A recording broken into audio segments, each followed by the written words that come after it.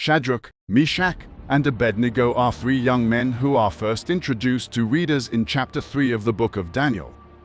Even when facing a fiery death, these courageous believers continue to hold fast to their belief in God. For those who doubt their faith or experience hardship because of their beliefs, their story serves as motivation. Around 600 years before the birth of Jesus Christ, King Nebuchadnezzar of Babylon besieged Jerusalem and imprisoned many of Israel's most esteemed citizens. This is the time period in which the story of Shadrach, Meshach, and Abednego in the fiery furnace takes place. For young men from the tribe of Judah, Daniel, Hananiah, Mishael, and Azariah were among those exiled to Babylon. The young people received new names once they were taken captive. Hananiah was renamed Shadrach, Mishael was given the name Meshach, and Azariah was given the name Abednego. Daniel was given the name Belteshazzar. Quickly demonstrating their exceptional wisdom were these four young Hebrews. They consequently gained the king Nebuchadnezzar's favor. Nebuchadnezzar gave Daniel a high position over the entire province of Babylon, including all of the wise men of the land, after it turned out that he was the only person capable of deciphering one of the king's troubling dreams. Shadrach, Meshach, and Abednego were chosen by the king to serve as Daniel's advisors at his request. A massive golden statue representing the power and glory of King Nebuchadnezzar was constructed. Then he commanded his people to fall to their knees and worship this statue whenever they heard the sound of his musical herald. Anyone who disobeyed the order would be dropped into a huge, raging furnace.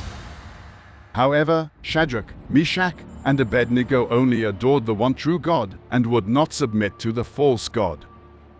When Nebuchadnezzar brought them before him to face their fate, they refused to submit to the king's demand that they kneel before the golden statue. Instead, they exhibited courage. They reportedly said, "O Nebuchadnezzar, there is no need for us to respond to you regarding this. If this is the case, our God, whom we serve, has the power to rescue us from the blazing furnace and will rescue us from your hands, O king.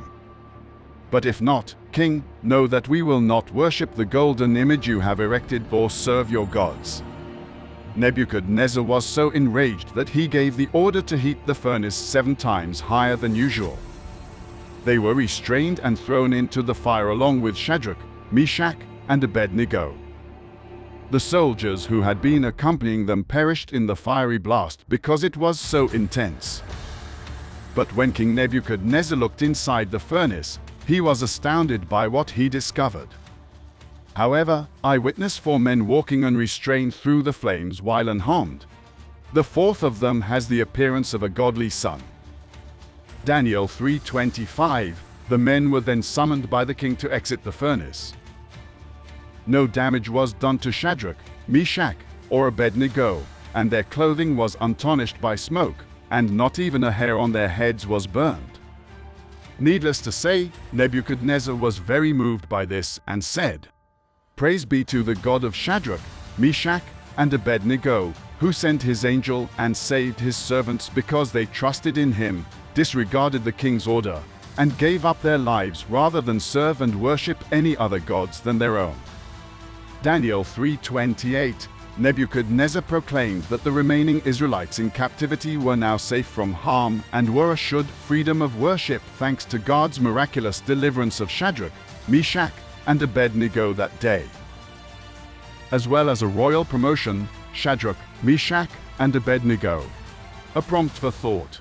Bible scholars think that the fourth man that Nebuchadnezzar saw in the fire was either an angel or a manifestation of Christ.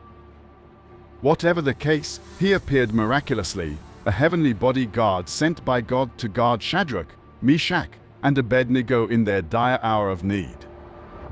It is not always guaranteed that God will act miraculously when we are in need. Those who believe it to be true would not need to practice their faith.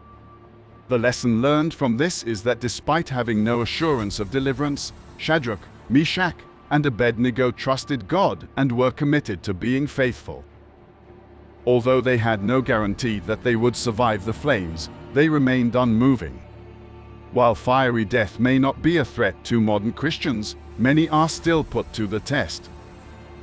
This story may serve as motivation for those going through difficult times because it demonstrates that one can maintain one's faith even in the absence of divine intervention.